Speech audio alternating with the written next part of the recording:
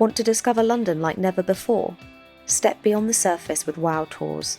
Explore the city's hidden spiritual secrets, walk ancient ley lines, and uncover the mysteries of London's past, present, and future. Brought to you by Wisdom on Wellness and led by renowned crystal author and Akashic Records reader Gemma Petherbridge, these are more than just tours. They're journeys into the heart of London's esoteric history. Book your spot today and see London through a whole new lens. Visit wowtourslondon.com for tickets. Hello and welcome back to the Wow Talks podcast. This was recorded live at Wisdom and Wellness Festival this summer, and in today's episode, Sarah Lamptey, our wonderful host, sat down with Shane Cooke for an eye-opening conversation, Cacao Uncovered.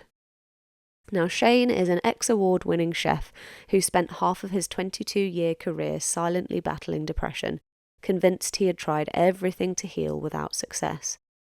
In a last-ditch effort, he invested the last of his money into a mindset and meditation teacher training course, despite having no prior experience. It turned out to be a life-changing decision for him, and through the power of visualization, Shane transformed his life from an unhealthy, destructive chef to a happy, healthy, conscious coach. In this talk, Shane shares the remarkable journey that led him to discover the healing power of cacao, a plant medicine that has since become central to his life and work. As the founder of Jasper Cacao and a proud sponsor of WowFest 2024, Shane is passionate about helping others tap into the benefits of cacao for mind, body, and spirit. Join us for this fascinating conversation with our sponsor and friend Shane about healing transformation with the magic of cacao. And it's so wonderful. So I hope you've had a wonderful wellness festival. It's been fantastic. And it's so great to talk to you, Shane, because we spoke for the first time last year. And the conversation, I remember, being brilliant and open and honest. And you were very vulnerable about your time as a chef. And you really painted the picture of being in a kitchen very vividly. I know it because I've waited for many, many years and I've experienced the wrath of chefs. And what you were describing just absolutely fit, I think, probably what many of us have pictures of an angry but chef, who was in a really bad place, and you described that really, really well, and we'll sort of dip into it a little bit. But at the end of the interview, Shane actually said that he was sort of thinking a little bit about doing cacao. In fact, and I think at this point it was in full swing, but you hadn't really launched it, I don't think, or hadn't announced it. And so it's really brilliant. When Alex and Mary said that, it was being sponsored by the Jasper Cacao Project, Wisdom and Wellness this year, it felt very special to hear that, and I was very pleased. So tell me what the past year has been like for you. When we spoke last time about, the last Wow Talks about chefing, I'd been holding cacao space for a couple of years because I was coaching anyway. But then I was just being called to, there was little voices coming in saying, you need to create something really great and authentic. So after that, I went to work, and then October launched the Jasper Cacao Project with the attitude, if I go bankrupt, at least I tried, but let's just go all in. And hence sponsoring festival a year later, creating villages at other different festivals, and sharing the medicine. I'm actually not coaching much anymore. I've completely transitioned into holding cacao space all the time and sharing the medicine. So. Wow, okay, so there's loads in what you've just said. Firstly, you talked about going bankrupt. What does it take to set up something like the Cacao Project in terms of finances and I guess in terms of resources and energy? So what we've achieved, a lot of finances and a lot of help. And in all honesty, many times I've found myself creeping back into the chef space where I'm working long hours because I think it'll always be in me. But fortunately, now I realise a lot quicker than I used to, so I'm not tipping into a space of burnout or anything like that because I've got the tools and I realise. But as much as that kind of work hard and continuously got me in trouble before, it's actually helping me now. So I've kind of lost any sense of fear when it comes to if I fail, and that's okay. And I think being able to have that attitude is why we've moved so so quickly in the last year, and being able to do what we've done so far. And when you say we, who is we? So I've got an employee now. That's why I say we. It was just me, but I've got a full-time employee who's had a yoga class here, a first yoga class at a festival. So in the last year, we've ended up getting a warehouse, an office, an employee, and it's been wild. Like, in all honesty, I'm so full of gratitude, but yeah, that hard work has moved really quickly, and we're reaching thousands of people and helping thousands of people. So I'm really humbled. It's amazing. Yeah. What is it that draws you to do such long hours? Is it just because it's sort of uncharted territory relatively, Cacao still here, and there's so much that needs to be done? What is it?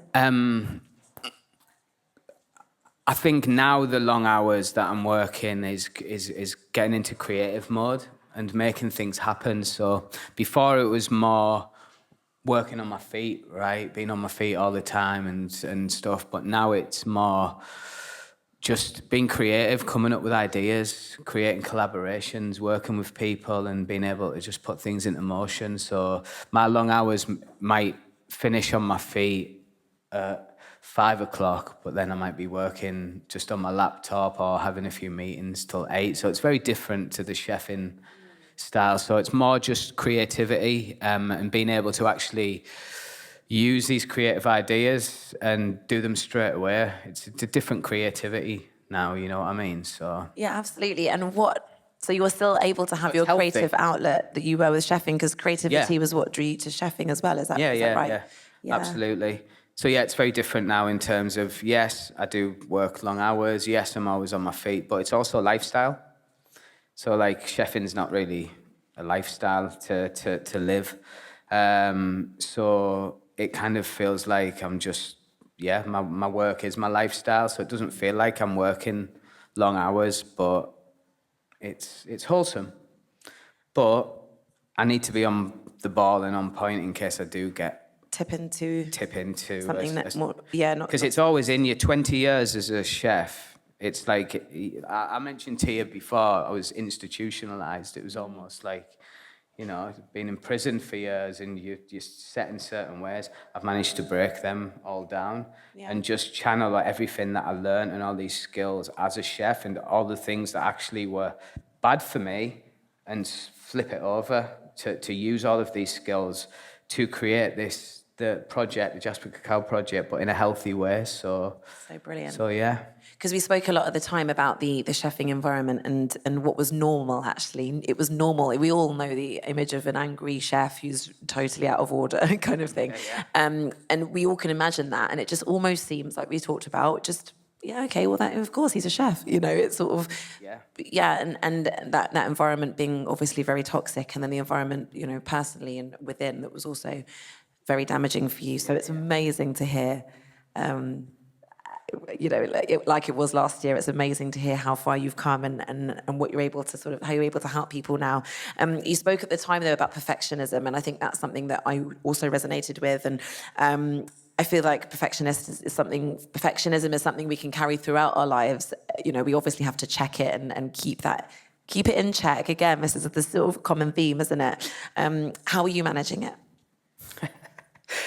So it still creeps in, the perfectionism, because, you know, I've learned certain things and it's sometimes hard to let go. Like Leanne, who I work with, she sometimes says, well, your problem is you're a perfectionist, you know, when we have a little bicker in the office, because there's like something little that's missed. But I've learned to kind of step back and let go. It's okay. It's not like these things that seem big, they're not big. So it does, again, it tries to creep in, but having Leanne keeps it in check. That's great. And I think you obviously have to learn to be. If we're working with someone else, they're not going to work exactly the way that you would like, perhaps. And it's a part of the lesson, isn't it? And it's learning after being in that environment for so long. I went from being in the chefing environment for 20 years to 5 years working for myself by myself.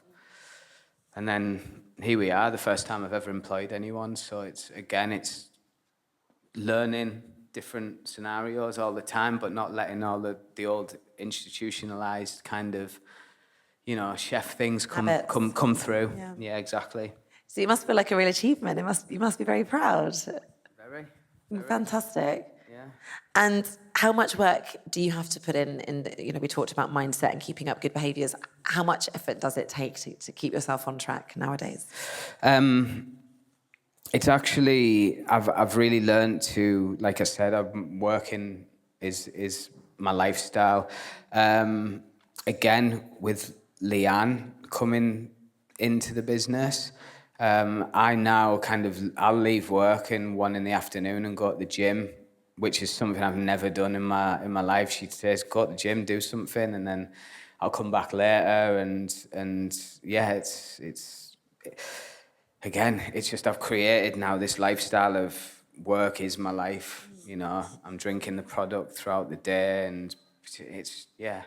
And are you somebody that needs that level of structure in that way? That I'm in the morning, I'm going to the gym at this time, and then coming back? Not anymore. So I know that I need to do these things, and I can do these things, and it's reminding myself that now, from what I've put into place and created, I can let go. I can leave someone else to do things. I can go and look after myself. I can go to the gym at 1 PM or 10 in the morning, because things are covered. So yeah, it's good. We obviously need to talk about cacao. Of course. The food of the gods. There are so many avenues that you could have explored with all your experience and knowing that you wanted to make a difference, you wanted to find more purpose in your life and you wanted to look after yourselves. So many avenues, as we know outside. There's the whole wellbeing sort of sector, wellbeing industry. So why this one? Why cacao? Cacao called me. So firstly, I was called to meditation and breath work, and I trained in all of those modalities. And I just went to, I think when it first started, I went to a kind of a shamanic circle, and they served cacao, but they didn't really talk about it. And it annoyed me a little bit because I like information. And being a chef, I was like, right, I really connected to the cacao. And then basically I wanted to know more because they didn't say anything. And I'm glad he didn't say anything because I connected to it. And then I went into this space of finding everything out and learning. I love learning, really love learning. And I went right to the roots of everything and just started self-learning. And then I was just called to do like a course to find out more. And it kind of went from there. And then, like I said, I held space with cacao for a couple of years without being called to actually create a company. What does that mean, to hold space? Hold space for people cacao? like today, the ceremonies where I'm holding space to help people to connect to themselves, like the topic's been loving kindness all weekend. So holding that space for people to really just connect with themselves and the cacao as a medicine. So yeah, I feel like as well, when I did feel called to create a company, the Jasper Cacao Project, after years of holding space, I didn't go out to be an importer or work with the farmers. I was just going to do it third party. Like, I was just going to get it and sell it. It wasn't going to be like a big thing. And then when I found the cacao that I really connected with, the supplier actually let me down. He said he can't, after trying like maybe 40 and choosing one and working with it, they basically said, oh, we can't get it to you. So I was like... Why was that? That was basically, I wanted a raw Krillo product, the one we've actually using now. And they said, oh, we can't get it raw. Oh, okay. They said, you'll have to wait. And I said, I'm not waiting. I don't want to wait. I've got all these ideas. You're not a man who waits, I know that. I don't wait. So what I did was I spent literally, because it's very hard to find the roots of this cacao. If you can imagine, like the Ashaninka are like 7 hours down rivers in the Peruvian Amazon. So it's really hard to find people at the roots to get through the cooperatives and stuff because... So the cacao that you have is from in Peru, what did you say, the Ash? Yeah, talk to me a little bit about that. What do you know about the people who source it? Are ancient tribes. A lot of them now who grow and produce cacao in the Peruvian Amazon are either direct descendants of the Ashaninka, or they have some type of connection to them. And basically what happened, they were growing cacao for generations, and then all the cocaine dealers and growers came in. They pushed them from the lands. There's a region called the Vrem, and that's where we get it from. And they basically got pushed away from the rivers. They grow it on the sides of the rivers, and they got pushed out by the cocaine dealers. However, they've got their lands back because the government had stepped in. Wow. And they got all their lands back and started growing cacao again. But it's like 7 hours trek. So really hard to find, because again, in some cases I have to work with cooperatives, but I want these people to get the money, and there's a lot of corruption in Peru. So I'm trying to break through that. And how can you try and ensure that would you say fair trade, or is there a better way? Yeah, fair trade is, fair trade. What can I say about fair trade? They don't pay people enough money. It's corrupt. So our cacao is fair trade through the cooperative I'm working with now. However, we can't get more money to them because the cooperatives will take it. So what we're doing now is we would like to go to Peru, and we would like to find 3 or 4 farms, work directly with them, show them how to export. We tell them to get rid of fair trade, get rid of the cooperatives, and we'll buy their cacao off them for the rest of our lives. All of their cacao from their 4 farms, and we'll work with them families directly and teach them how to do everything. So that's the goal down the line. That's what we're heading to. That would be incredible, wouldn't it? Yeah. Would you worry that there was any, with the cooperatives, and obviously sort of maybe history of, I don't know, the violence with dealers and this kind of thing, that there was might be some resistance to a bit of worry, a bit of fear, I guess, sort of going it alone, perhaps anyway. And this is just me thinking. Oh, no, it'd be fun, won't it? Not bothered. There's going to be a film next, isn't there? I like, it's maybe, but we're going to go to Peru this year and probably have to get security to take us to different places. And I was thinking definitely for you, but also for the farmers themselves, because obviously if it's set up in this way, can be sometimes quite tricky to sort of navigate it. A lot of so any farmers who work deep within regions that are not very accessible, unfortunately, they have to work with cooperatives to make their money, to sell their product. They have to. There's no other way. They cannot get the cacao. So they come together in 125 different farms, and they harvest all their cacao. They send it off. They get paid a certain amount, and then the cooperatives take this much money, and then and then there's by the time it's like they've lost loads. So look, it might take years, and we'll come up against loads of problems. But if I've got something in my mind that's going to happen, I know it's going to happen.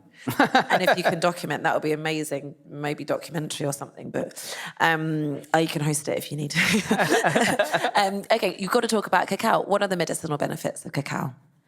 Do you know what cacao?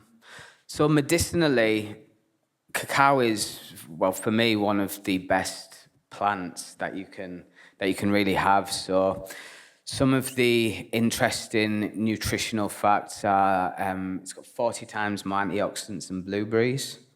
It's got more calcium than cow's milk. Highest level of magnesium for any plant. High levels of potassium. High levels of fiber. And yeah, there's loads. Lots of people are swapping their coffee for cacao. What is it about cacao that energizes you? Theobromine, so it is a stimulant. So this is a really interesting thing about cacao. So with cacao, like potent ones like the Peruvian one we have, you can really feel the energy, and you get energy for about 7 hours, but there's no ups, there's no downs, there's no crashes, and it's a different type of energy to that coffee stimulant energy, or like pre-workouts and all that high caffeine stuff. Because cacao doesn't affect your nervous system. And we've all got wonky nervous systems, right? So to be able to have something that can energize us, that doesn't affect our nervous system, it affects the cardiovascular system.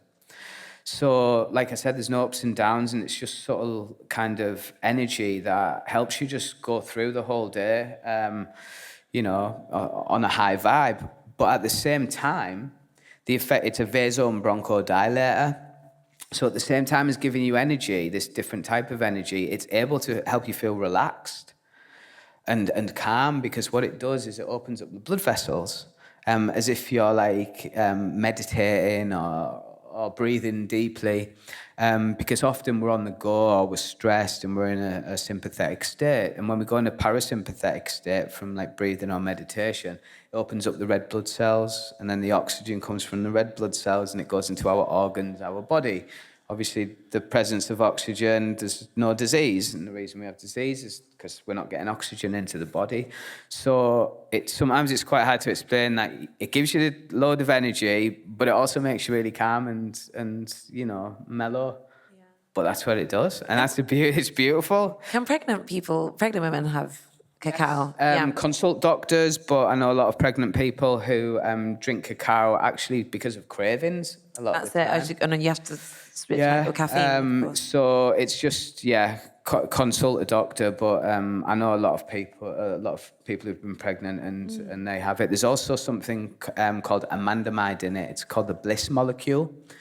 So what that does is it boosts your serotonin and dopamine and helps you feel blissful. That's a blissful feeling you get from raw cacao. Yeah. Wow. What happens in a cacao ceremony, and are there different levels of experience, the sort of beginners, intermediate, advanced? So every cacao ceremony is different. Every single one. I always say, if you go to a cacao ceremony, whatever ceremony it is, go with a beginner's mind, no preconceptions or kind of expectations of what a cacao ceremony is, because each individual who holds cacao space has a different way of doing things. They have a different energy. What you'll find now, because it's popular and it's become trendy, is many people just throw cacao in as a trend, but they're not honouring the plant, and that's okay. They're doing their thing, but there's other people that really hold cacao space and rever this medicine deeply. It's a big part of the ceremony, and this is leading into sort of like more like worship. Is that the right word? I mean, in terms of ceremony, or holding space. It's respect for the plant. There's different gods from the Mayan, Aztecs, and Olmecs. There's different gods and different kind of deities, I think you call it. And the one for me that I connected to is the feminine spirit, Ish Cacao. I don't know why, I just did. And there's different, there's Xylitol, which is a Mayan god, and that's a god who kind of is involved in war, whereas Ish Cacao is just a feminine spirit, and she looked after her people, and so that's the one I connected to. So different people, different things. Just everyone's different, and I think for every individual like yourselves, if you go into different cacao, could try a few different ones. Go to different ones and connect with different people, because different people use other different elements. Like, one person might be a gong practitioner as well, so they'll use gongs or shamanic journeying or just meditation or breath work. So there's just everything's different. So what you can expect from them. They've all got intentions. Now, what I do in my in the ceremonies I hold is I actually have one focus. It's always been the same, which is release. So release and rejuvenation. It's a journey where you're actually going in. We're settling into the space. We do lots of grounding, lots of self-love work. If you went to any of the ceremonies I've done this weekend, a lot of focus on self-love and sharing that out there. And Mrs., you sort of guiding people through Yeah. like a meditation whilst drinking the cacao. Whilst drinking cacao, and I say my kind of thank yous and gratitudes to the farmers, the shamans who teach us, and Ish Cacao, who I've just spoke about, and drinking the medicine, connecting to the medicine to open our hearts, to allow us to go deeper. And then I kind of journey, I ask each individual to pick their own intention, what they need to release. And then I guide a safe space where we'll do breath work. But I've created this breath work where it's conscious. It's conscious breath work where you breathe in at a pace of 3 in, 3 out for half an hour. But often breath work's quite it's quite stiff. You like lay it down for like half an hour, like breathing. And energy needs to move through our body. And cacao helps us to feel that energy. I always say, try to stop thinking about what's happening and really feel what's happening. So I call it conscious expressive breath work. And I get people like, if you're called, if you feel this energy we start by laying down, but if you feel like you want to start kind of getting up and then breathing, like moving your arms about, and when your body kind of calls, this is moving that trauma energy through the body. Or if you want to just kind of stamp your feet, or you might want to just do that. You might want to dance, but just keep breathing at that pace. And what that helps us do is to go to I call it climbing up the mountain. And when you get to the top, you can release that energy. And once you've released that energy and people kind of feel safe and they've let it go, maybe had a scream or a cry or even a laugh. Sometimes people just burst out laughing, and that's the energy moving through them. Then we kind of come to a space where we ask for guidance from our future self. And once we've done that, we have a sharing circle, maybe a sing around the fire, some soup, something like that. And that's the kind of journey, and that's the one I've always done. So I just call it release and rejuvenate. Yeah. And that's my thing, where I feel safe to hold that space and help people. And are there different sort of levels of strength of cacao? I know you talk about ceremonial grade cacao here. Are there different sort of strengths? And when you have that experience, I mean, can you have like stronger cacao, or is it just that you have more cacao?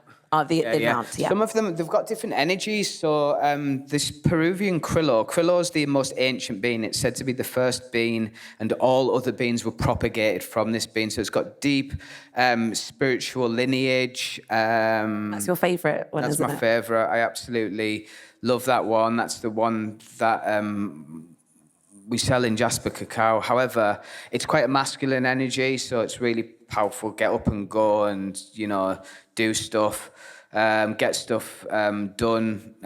Whereas we've got this really beautiful, I don't use this other one in ceremony, we've got this beautiful Guatemalan cacao, and it's created by Mayan grandmothers and their daughters. That's amazing. It's really earthy, so wholesome, and when you drink this cacao, you can really feel like you're connecting to them, and helps you to really come into your body and really feel what's going on. So feeling really grounded, really open and creative, but in a really relaxed way. So I never say one's better than the other. I always say you need to, whatever energy you're feeling, you need to connect to. Different cacaos, different beans have different potencies. But in ceremony, like today, I'm serving 30 grams to 200 milliliters. That's what I'd have as like a daily dose or something every few days. However, in ceremony, we would have 40, 42, 43 grams, and that's kind of like the sweet spot for most people. I love the idea. It's sort of like you talk about a journey or exploring or experimenting, and each person finding their way and each person finding the right guide. I just think that's so fantastic. It just feels sort of full of possibility and possibility for healing, of course. I always say when you're kind of on your cacao journey, if anyone says there's any rules, don't listen to them. This is your journey. If you want to use a hand blender, use a hand blender. If you want to use a whisk, use a whisk. There's no rules to making cacao or connecting to cacao. So do your own thing, and every individual needs to create their own relationship with cacao. finding different flavors, different combinations, different amounts. I can't drink cacao on an evening because my creative mind goes and I can't sleep. However, Leanne, she can drink, she'll do like 15 grams on a night and she's like that, straight to sleep. I can't do that. So when people ask, well, can I drink on the night? Can I drink on the morning? You need to create your own relationship. So I always say, drink cacao every day for 7 days. And then take like 3-4 days off, see how you feel, and then you're going to be able to choose if you want to drink cacao every day or if you want to kind of every 2 days, every 3 days. For the first year, I was every day. Now, apart from if I'm at a festival drinking like 5 or 6, which don't advise, don't drink 5 or 6, then it's actually every 2 or 3 days for me now. Oh, is it? Yeah, Lovely. Yeah. Well, we've come to the end of our time. It's been so nice talking to you, especially after meeting you last year as well. And I really appreciate you sharing your story with us. So thank you so much, the Jasper Cacao Project and Shane. Thank you. And thank you so much to you all for being here. We've got another fantastic talk in about 10-12 minutes, so don't go too far. Thank you for listening to our Wow Talks podcast. If you enjoyed today's episode, please be sure to subscribe and leave us a review. And we'd love for you to share your own wisdom on wellness. Join the conversation, share this episode with a friend, or follow us on social media for more updates at Wisdom on Wellness. Until next time.